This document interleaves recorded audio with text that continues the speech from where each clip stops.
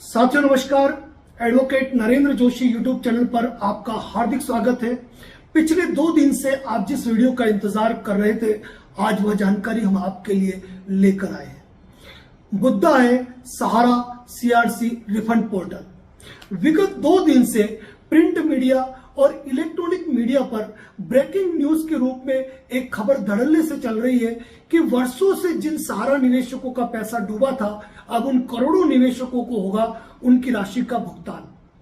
पर वास्तविकता से कोसों दूर मीडिया को यह हकीकत पता ही नहीं कि आखिर क्या है मामला। आज इसी पर प्रकाश डालेंगे। आपके हर सवाल का जवाब है इस वीडियो में। इससे पहले कहूंगा, यदि आपने हमारे इस चैनल पर सहारा इंडिया से जुड़े 2 महत्वपूर्ण video, Sahara India latest update full story और सहारा इंडिया लेटेस्ट कब निपटेगा सहारा से भी विवाद, कसूर किसका, यदि नहीं देखे हैं तो जरूर देखें, जिसका लिंक डिस्क्रिप्शन बॉक्स में दिया जा रहा है, ताकि उन वीडियो को देखकर आप इस वीडियो को बहुत बेहतर और आसान रूप से समझ पाएंगे। अब करते हैं मुद्दे की बात। सहारा इंडिया सीआरसी रिफंड पोर्टल एक महत्वपूर्ण मुद्दा है। सहारा इंडिया और सीआरसी पोर्टल का मुद्दा इसलिए महत्वपूर्ण हो जाता है क्योंकि यह करोड़ों निवेशकों का मुद्दा है। इस कारण यह वीडियो लंबा हो सकता है। प्रत्येक निवेशक से हमारी गुजारिश है कि इस वीडियो को अंत तक देखें, तभी अपनी राय कमेंट बॉक्स के अंदर रखें। बात करोड़ों निवेशकों के हित से जुड़ी है। 1 दशक से सहारा के निवेशकों को उनकी परिपक्वता राशि का भुगतान नहीं हो रहा है। सहारा से भी विवाद उलझा तो सहारा द्वारा निवेशकों को उलझाया गया कन्वर्जन के चक्रव्यूह में। कंपनियों से लेकर सोसाइटियों में कन्वर्जन कराया गया, उसके बाद एक सोसाइटी से दूसरी सोसाइटी में कन्वर्जन कराया गया, दूसरी सोसाइटी से तीसरी सोसाइटी में और तीसरी सोसाइटी से चौथी सोसाइटी में कन्वर्जन पे कन्वर्जन कराते गए और अखबारों में विज्ञापन दिए जाते रहे कि भरोसा दिलाया जाता रहा कि एक एक पाई का भुगतान विलंबित अवधि के ब्याज के साथ सहारा द्वारा किया जाएगा। किंतु जब वर्ष पे वर्ष गुजरते गए और एक समय ऐसा आया कि निवेशक समझ गए कि उनकी राशि अटक चुकी है, तो जन आक्रोश उमड़ा। चारों तरफ सहारा और सहारा की कार्यप्रणाली के खिलाफ आवाज उठने लगी। आंदोलन हुए, धरना प्रदर्शन, भूख हड़ताल, रैलियां और कानूनी कार्यवाहियों की बाढ़ सी आ गई। आम निवेशक अपने सामर्थ्य के अनुसार उपभोक्ता अदालतों, स्थायी लोक अदालतों, हाई कोर्ट और सुप्रीम कोर्ट की सीढ़ियां चढ़ने लगा। चारों तरफ जन आक्रोश का एक माहौल बना। नतीजा यह हुआ कि पृथक से सहकारिता मंत्रालय बना और माननीय केंद्रीय गृह मंत्री अमित शाह जी बन गए सहकारिता प्रमुख। और वो हुआ जो हिंदुस्तान के इतिहास में कभी नहीं हुआ। सहारा से भी विवाद मामले में सरकार आगे आई और 5,000 करोड़ की राशि सेंट्रल रजिस्ट्रार और भारत सरकार को सौंप निवेशकों के मध्य वितरित करने का आदेश सर्वोच्च न्यायालय द्वारा पारित किया गया। निवेशकों के मध्य खुशी की लहर आई क्योंकि वास्तव में सहारा से भी विवाद इस कदर उलझा था कि सालों साल गुजर जाते, पर इस विवाद का निपटारा मुश्किल ही नहीं नामुमकिन था। विवाद सहारा सेबी का था, संबंधित था सहारा रियल एस्टेट और सहारा हाउसिंग से, किंतु इस आदेश से न तो सेबी ने कोई आपत्ति दर्ज कराई और न ही सहारा की ओर से। कारण क्या है, क्यों नहीं की आपत्ति दर्ज कराई, आगे समझ पाएंगे। अब एक रुख करते हैं, आखिर क्यों इतने लंबे वर्षों से चलने वाले प्रकरण में अनायास ही इस प्रकार का आदेश पारित हुआ। निवेशकों के हित में पारित इस आदेश में सेंट्रल रजिस्ट्रार भारत सरकार और सहकारिता मंत्री श्रीमान अमित शाह की भूमिका तो विशेष रूप से है ही है, किंतु सबसे बड़ी बात यह है कि सबसे महत्वपूर्ण भूमिका किसकी है। लंबे समय से अपनी राशि का भुगतान प्राप्त नहीं होने के कारण देश भर में कई आंदोलनकारी साथियों ने अपनी महती भूमिका निभाई। सड़कें जाम की, रैलियां निकाली गई, भूख हड़ताल की गई, हजारों लाखों ज्ञापन दिए गए। वहीं देश के अनेकों पुलिस थानों में सहारा के विरुद्ध आपराधिक प्रकरण दर्ज हुए, तो हजारों निवेशकों ने देश की अलग अलग कोर्ट में, अलग अलग हाई कोर्ट में केस फाइल किए गए, जिसमें सेंट्रल रजिस्ट्रार और भारत सरकार के साथ साथ सहारा प्रबंधन को पक्षकार बनाया गया। विभिन्न न्यायालय के आदेशों की प्रतियां आदेश की पालना सेंट्रल रजिस्ट्रार को निवेशकों के भुगतान प्रपत्र संपूर्ण विवरण क्लेम याचिका के साथ प्राप्त हुई, जो निवेशकों के द्वारा प्रेषित की गई, जो कोर्ट के आधार पर प्रेषित की गई। वही देश भर के निवेशकों ने अपनी क्लेम याचिकाएं अपने सामर्थ्य के आधार पर विविध रूप से तैयार करके सेंट्रल रजिस्ट्रार को प्रेषित की गई और उन्हीं निवेशकों के आंकड़ों के आधार पर सरकार द्वारा अपनी बात मजबूती के साथ माननीय सर्वोच्च न्यायालय के समक्ष रखी। यह बात जरूर है कि इसमें सहकारिता प्रधान केंद्रीय गृह मंत्री अमित शाह साहब की महती भूमिका है, जिसका परिणाम 29 मार्च 2023 को यह आदेश हुआ और जिस तारीख को यह आदेश पारित हुआ, यानी कि जिस तारीख को 5,000 करोड़ रुपए निवेशकों को लौटाए जाने के संदर्भ में आदेश पारित हुआ, उस तारीख को माननीय केंद्रीय गृह मंत्री और अमित शाह साहब ने जनता को संबोधित करते हुए क्या कहा, आप खुद सुने। किया है जिससे सहारा ग्रुप के सारे डिपॉजिटर को अपना पैसा वापिस मिलेगा। मैं आज इस कार्यक्रम के माध्यम से देश भर के सहारा कोऑपरेटिव सोसाइटी के डिपॉजिटर्स को कहना चाहता हूं, आप सेंट्रल रजिस्ट्रार कोऑपरेटिव सोसाइटीज को आपका डिमांड भेज दीजिए। आपकी सत्यापन कर 3-4 महीने में ही ये पैसा देने की व्यवस्था हो जाएगी। तो सुना आपने क्या कहा सहकारिता प्रमुख केंद्रीय गृह मंत्री श्रीमान अमित शाह साहब द्वारा क्या कहा गया। चूंकि माननीय उच्चतम न्यायालय के आदेश से पहले देश के कई निवेशकों द्वारा देश की भिन्न भिन्न अदालतों में अपनी जमा राशि प्राप्त करने हेतु कई याचिकाएं दायर की, जिन पर प्रत्येक न्यायालय द्वारा अब प्रकरण निस्तारण बाबत अपने अपने अनुसार आदेश पारित किए गए और उन आदेशों की अनुपालना सुनिश्चित करने हेतु निवेशकों द्वारा उन आदेश की प्रतियों के साथ अपने भुगतान प्रपत्र पूर्ण कर अपने अभ्यावेदन सेंट्रल रजिस्ट्रार भारत सरकार और सहारा सोसाइटियों को भेजे, ताकि सेंट्रल रजिस्ट्रार महोदय और सहारा सोसाइटियां संज्ञान ले और निवेशकों को की भुगतान प्रक्रिया को पूर्ण करें। आगे की प्रक्रिया शुरू होती, समझना इस बात को कि न्यायालय के आदेश पर जो भुगतान प्रपत्र भेजे गए, जो अभ्यावेदन भेजे गए न्यायालय के आदेश पर, उनकी प्रक्रिया शुरू होती। आदेशों का पालन नहीं किए जाने पर कोई आगामी कार्रवाई या प्रक्रिया संस्थित होती। इसी मध्य देश के सर्वोच्च न्यायालय द्वारा यह 5,000 करोड़ का आदेश देते हुए राशि के वितरण की जिम्मेदारी सेंट्रल रजिस्ट्रार और भारत सरकार को दी गई।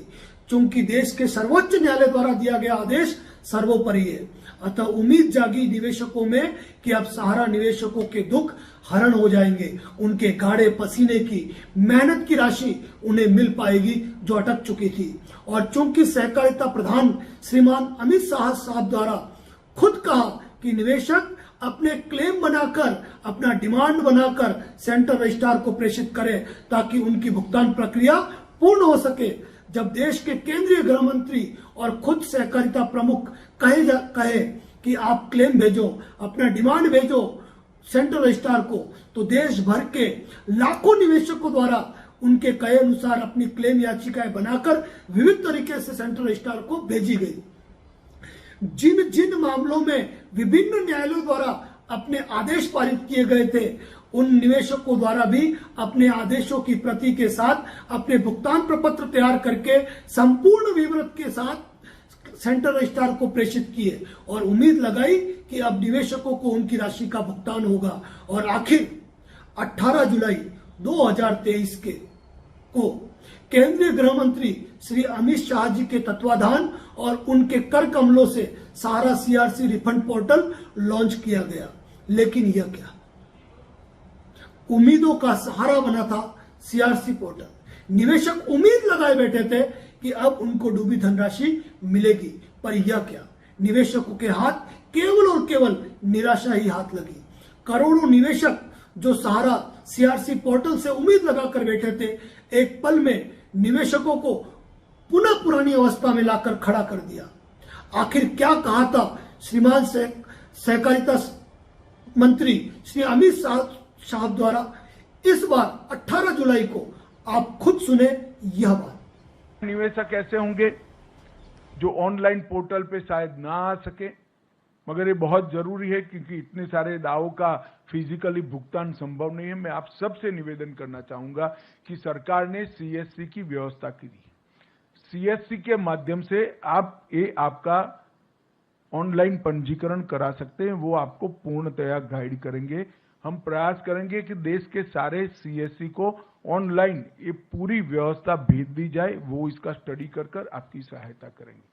ढेर सारे लोग ऐसे होंगे जिनके मोबाइल आधार में जो रजिस्टर होंगे वो आपने बदल दिए होंगे, तो इसका भी रजिस्ट्रेशन कराना पड़ेगा। और आपके बैंक अकाउंट का रजिस्ट्रेशन तो करीब करीब सबका हो चुका है। इसमें दो ही प्रमुख शर्तें हैं, एक आधार का रजिस्ट्रेशन आपके मोबाइल के साथ होना और आधार का रजिस्ट्रेशन आपके बैंक अकाउंट के साथ होना। ये दो जुड़ाव है तो सिर्फ आप। तो सुना आपने क्या कहा केंद्रीय गृह मंत्री और सहकारिता प्रमुख श्री अमित शाह साहब द्वारा। पहले कहा था कि आप क्लेम भेजो और अब स्वयं कहा कि अपनी क्लेम याचिकाएं बनाकर सेंट्रल रजिस्ट्रार को भेजो। यह उन्होंने पहले कहा और अब कहा कि मामला फिजिकल रूप से संभव नहीं है, अतः प्रत्येक व्यक्ति को पोर्टल पर डिटेल अपलोड करनी पड़ेगी। आखिर क्यों भूले श्रीमान अमित शाह जी और खुद सेंट्रल रजिस्ट्रार साहब कि जिन निवेशकों की लाखों शिकायतें आपको प्राप्त हुई, जिन अलग अलग कोर्ट के आदेश आपको प्राप्त हुए, जिन आदेशों के पालनार्थ निवेशकों ने आपको और अपने भुगतान पत्र प्रारूप तैयार करके शपथ पत्र के रूप में, भुगतान पत्र प्रारूप के रूप में आपको भेजे, और उन्हीं भेजे गए उन शिकायतों की, उन क्लेम की, उन कोर्ट के आदेशों को, उन्हीं रिकॉर्ड के आधार पर आपने अपना पक्ष सर्वोच्च न्यायालय के समक्ष रखा। और इस आदेश में उन सभी लोगों की महती भूमिका है जो कि इस कार्रवाई में सहभागी थे। तो किस तरीके से आपने उन तमाम लोगों को दरकिनार कर दिया, उपेक्षित कर दिया, यह सोचने का विषय है। सेंट्रल रजिस्ट्रार और भारत सरकार का यह दायित्व था कि वह पहले उन निवेशकों का भुगतान सुनिश्चित करवाते जो प्राथमिक रूप से उनके पास पंजीबद्ध है, जिनके आधार पर उन्होंने इतने बड़े आदेश को प्राप्त किया। ये उनकी भूमिका थी। सुप्रीम कोर्ट ने आपको यह आदेश तो नहीं दिया कि आप पोर्टल लॉन्च करें और मात्र 10-10 हजार रुपए का भुगतान करें। जिन रिकॉर्ड को आपने सर्वोच्च न्यायालय में प्रस्तुत किया, उनका भुगतान सुनिश्चित कराना आपकी प्राथमिकता होनी चाहिए थी। और नैसर्गिक न्याय का सिद्धांत भी यही कहता है, जो आप भूले हो। एक बात और, राजस्थान के तत्कालीन सहकारिता सचिव रहे आईएएस नीरज के पवन साहब ने शुरू की थी पोर्टल की प्रक्रिया राजस्थान में, और आप द्वारा सहारा सीआरसी रिफंड मामले में उसे ही फॉलो किया गया है। लेकिन दोनों की प्रकृति में जमीन आसमान का अंतर है, जिसे आप देख नहीं पाए, एनालिसिस नहीं कर पाए। और इस प्रकार का पोर्टल लॉन्च करके आपने निवेशकों को पुनः उसी अवस्था में लाकर खड़ा कर दिया है जहां पर वह थे। यदि सरकार को इस रूप में पोर्टल पर आवेदन करा के मात्र 10,000 रुपए का ही भुगतान कराना था, तो बेहतर होता कि वह इस मामले में कोई संज्ञान लेते ही नहीं। क्योंकि जिनका निवेश 10,000 का है या उसके आसपास का है, वह तो अपनी राशि डूबी मानकर भूल चुके हैं, और जिनका लाखों रुपया निवेश है, उन्हें इस पोर्टल से सिर्फ और सिर्फ निराशा ही हाथ लगी। और अगर सही मायनों में देखा जाए तो इस पोर्टल का सबसे बड़ा लाभ यदि किसी को मिला है और मिलेगा, तो वह केवल और केवल सहारा को ही मिलेगा, और उसे ही मिल रहा है। जब से यह आदेश हुआ है तो सहारा द्वारा बारंबार यही जाहिर किया जा रहा है कि भुगतान के लिए सीआरसी की गाइडलाइन का पालन करें।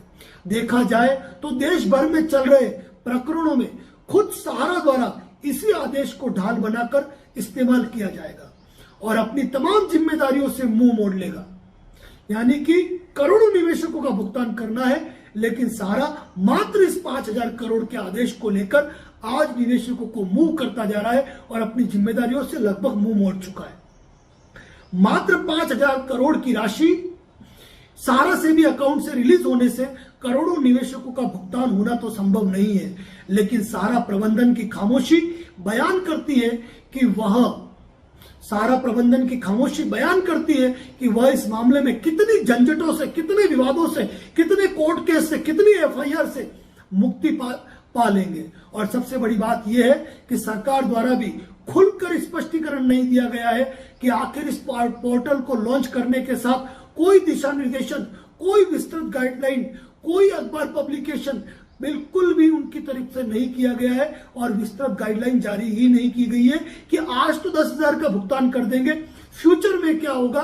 तो ये बातें पूरे से पूरे सिस्टम पर सवाल खड़े कर रही है, निशानियां सवाल खड़े हो रहे हैं। कुल मिलाकर पोर्टल लॉन्च होने के पश्चात और मात्र 10,000 रुपयों के भुगतान की जो प्रक्रिया है वह पीएससीएल के तर्ज पर होना ही प्रतीत हो रहा है, जबकि सहारा आज की तारीख में अस्तित्व में है और इस अवस्था में संपूर्ण राशि का क्लेम फाइल करवाकर मात्र 10,000 का भुगतान करना तो सिस्टम पर सवाल तो खड़े कर रहा है साहब। यदि मोदी सरकार के इतिहास में ऐसा कदम पहली बार उठाया गया है जहां सरकार पहल करके निवेशकों के भुगतान के लिए आगे आई है, तो देश के इतिहास में यह भी पहली बार हो रहा है कि किसी सोसाइटी के विधिक अस्तित्व में रहते हुए, उसके चालू रहते हुए जिन निवेशकों के लाखों रुपए जमा है उन्हें केवल 10,000 रुपए मात्र की खैरात दी जा रही है, जो कि उस निवेशक के लिए एक माह के राशन खर्च से भी कम है। यदि सरकार कोई उचित निर्णय नहीं कर सकती है तो उन्हें इस मामले में आना ही नहीं था, क्योंकि अपने हक की लड़ाई तो निवेशक लड़ ही रहे थे। आज न सही कल, देर सवेरे सही उन्हें उनकी निवेशित राशि का भुगतान तो हो ही जाता। निवेशकों ने जो सार्थक सोच सरकार के पक्ष में बनाई, अब उस पर सवाल खड़े होने शुरू हो गए कि इस पोर्टल से लाभ सहारा परिवार को हुआ है या निवेशकों का लाभ हुआ है। यह सोचने की बात और गंभीर सोचनीय विषय बन चुका है। प्रिंट मीडिया और इलेक्ट्रॉनिक मीडिया जो कभी सहारा निवेशकों के दर्द पर बात भी नहीं करती थी, आज वही मीडिया इस पोर्टल लॉन्च को ब्रेकिंग न्यूज बताकर पोस्ट कर रही है। हकीकत क्या है, जनता की परेशानी और उनका दर्द क्या है, शायद उन्हें इसकी जानकारी ही नहीं है। वो दर्द का उनको एहसास ही नहीं है। इस अवस्था में यह सोचना लाजमी हो जाता है कि आखिर कोई भी विभाग, सेबी या खुद सहारा ने भी इस आदेश पर कोई नाराजगी नहीं जताई। आशा करता हूं कि हम क्या कहना चाहते हैं आप खुद समझ चुके होंगे। पोर्टल जरूर लॉन्च हुआ है, लेकिन कई संशय को लेकर खड़ा हुआ है। 4 सोसाइटियां, प्रत्येक सोसाइटी की अलग अलग सदस्यता संख्या, यहां तक कि किसी एक सोसाइटी में एक ही व्यक्ति को 3-3, 4-4, 5-5 मेंबरशिप नंबर अलॉट किए गए। एमआईएस का भुगतान कैसे होगा, ड्यू एमआईएस का क्या किया जाएगा। कई बॉन्ड्स के अंदर परिपक्वता राशि और दिनांक तक दर्शाई नहीं गई है और पॉइंट के नाम पे शेयर मार्केट की तरह गेम खेला गया है। कई दावे संरक्षक के रूप में हैं, क्योंकि जिनके नाम पे निवेश है वह बच्चे थे। कई दावे डेथ क्लेम के रूप में हैं, जो लोग गुजर चुके हैं, लेकिन उसके मामले में कोई स्पष्टीकरण नजर नहीं आ रहा है। कई एडवाइजर जो कि निवेशकों का दर्द समझते थे, अपने घर बार खेतीबाड़ी बेचकर उन्होंने निवेशकों को उनकी राशि का भुगतान किया कि कल जब मिलेगा तब हम ले लेंगे। आखिर उनका क्या, उनको कैसे जस्टिस मिलेगा। और यदि संपूर्ण राशि का क्लेम कर भी दिया तो 10,000 का ही भुगतान होगा, तो आगे का क्या।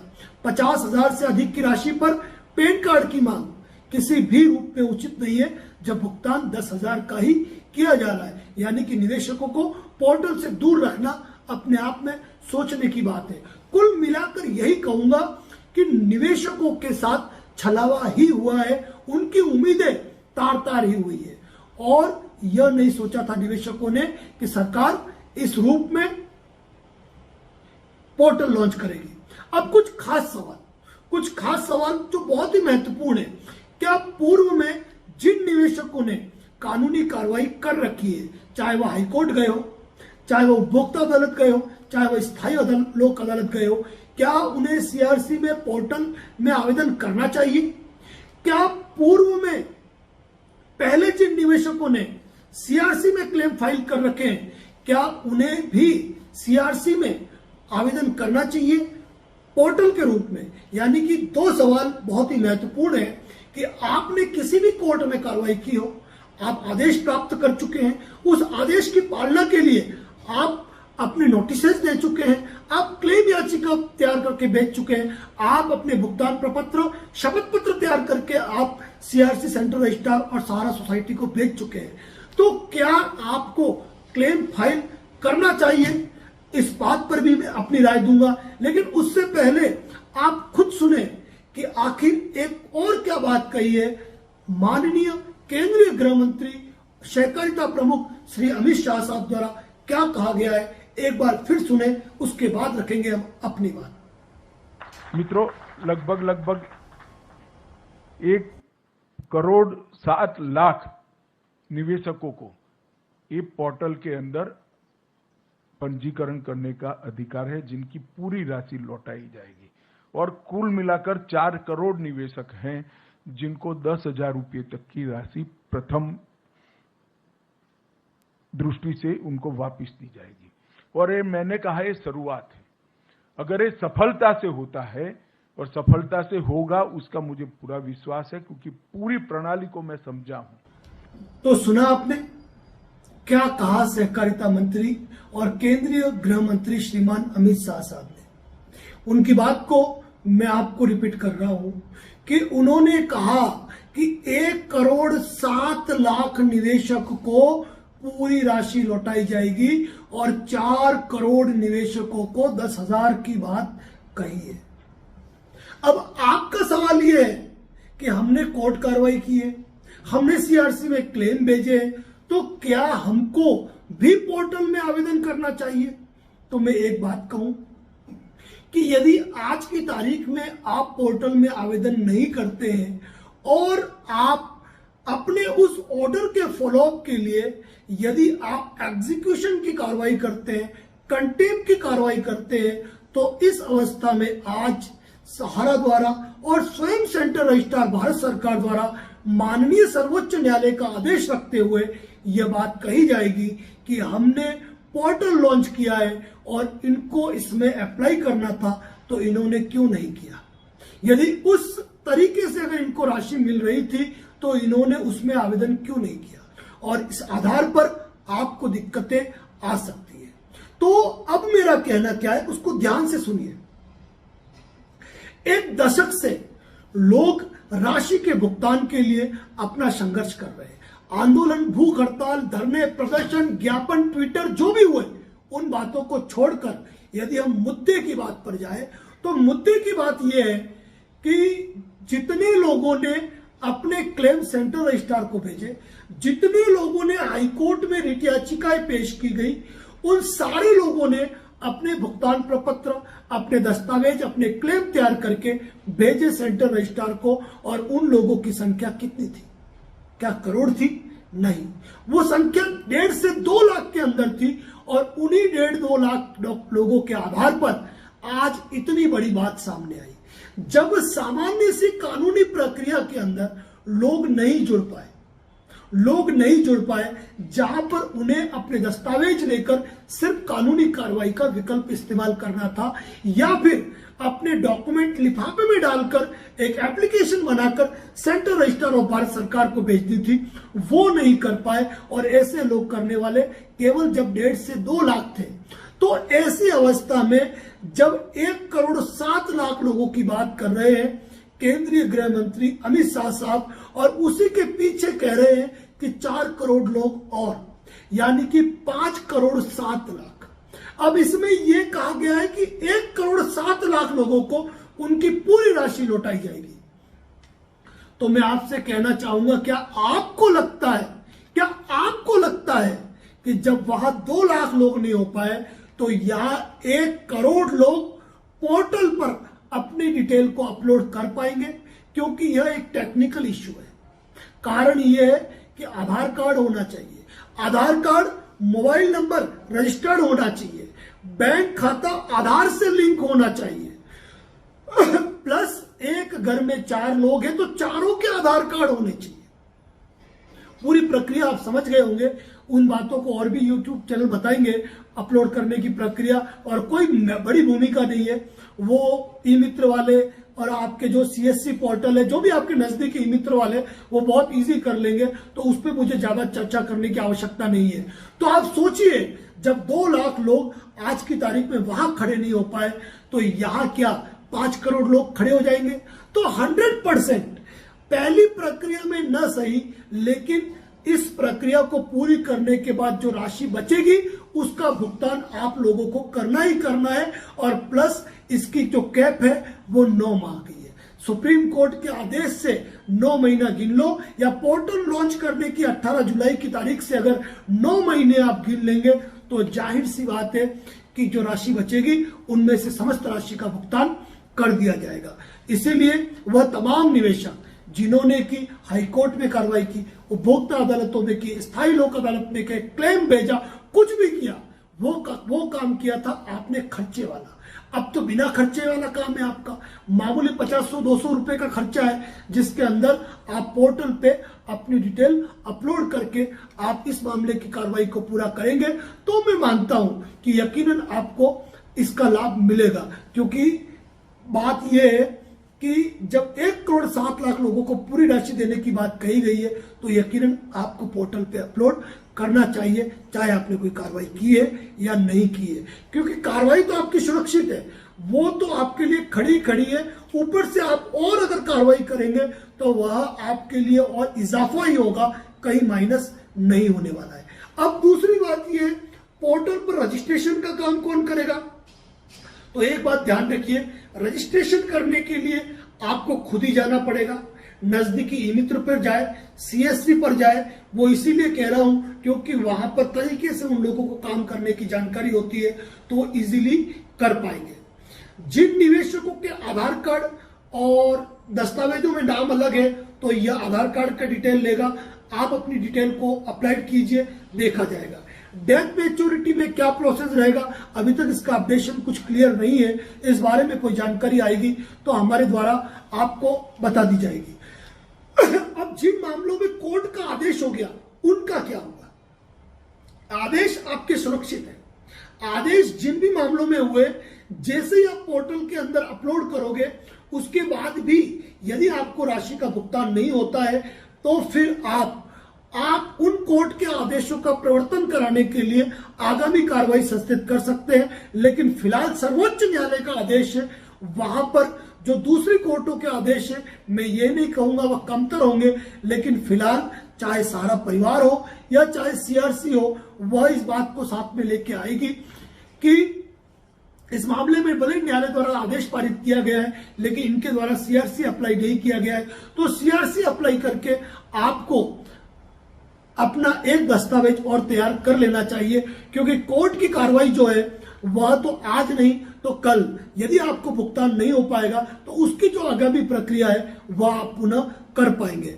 अतः मैं प्रत्येक निवेशक से यह अनुरोध करना चाहूंगा कि यदि आपने कोई भी कोर्ट कार्रवाई की हो, आपको यह याद रखना चाहिए कि आपको पोर्टल पे तो अप्लाई करना ही करना है।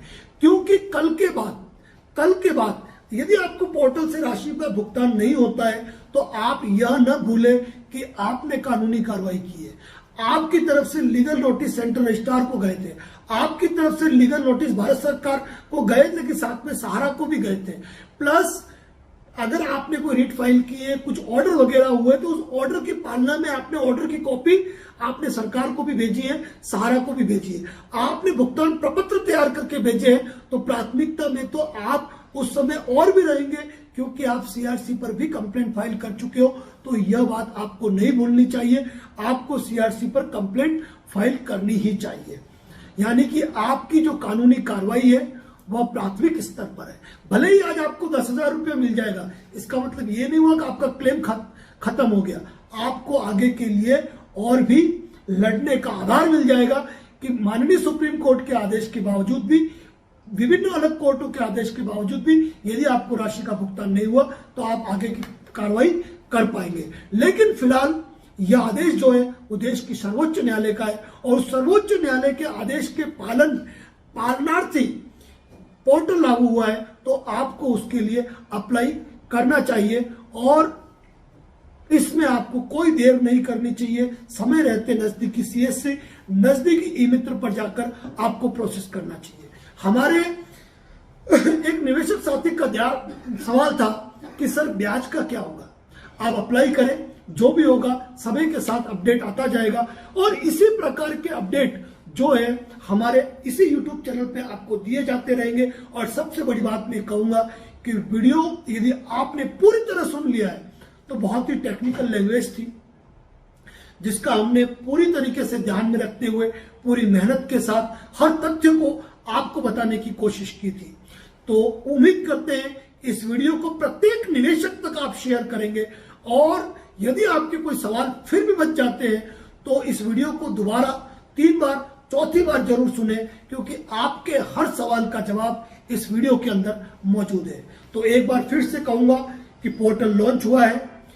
केंद्रीय गृह मंत्री, सहकारिता मंत्री द्वारा ये बात कही गई है। 1 करोड़ 7 लाख निवेशकों को पूरी राशि, 4 करोड़ तक को हम 10,000 तक की राशि दे पाएंगे। और मेरा कहना यह है कि करोड़ों शिकायतें प्राप्त नहीं होने वाली है। आप देर न करें, अपना पोर्टल पर रजिस्ट्रेशन आज ही कराएं और आज ही कराकर उसकी जो हार्ड कॉपी प्रिंट है वो अपने पास संभाल कर रख ले, क्योंकि 9 महीने का इंतजार है। और 9 महीने का इंतजार होने के बाद यदि अगर आपको भुगतान की राशि नहीं प्राप्त होती है तो उसके लिए आगे भी ये जंग जारी रहेगी। हम आज भी आपके साथ है, कल भी है। जनहित के मुद्दों पर हम हमेशा बोलते रहेंगे, अपनी आवाज को बुलंद करते रहेंगे। और जब जब भी हमें जरूरत महसूस होती है कि आप कुछ बताने की आवश्यकता है, इसी YouTube चैनल पर आएंगे। बेवजह रोज आकर हम अनायास आपका टाइम बर्बाद नहीं करेंगे। मुद्दे की कोई बात होगी तो हम आपको जरूर कहेंगे। चैनल पर नए हैं, सब्सक्राइब जरूर करें और उम्मीद करते हैं कि हमारी बात को आप अच्छी तरीके से समझ पाए होंगे।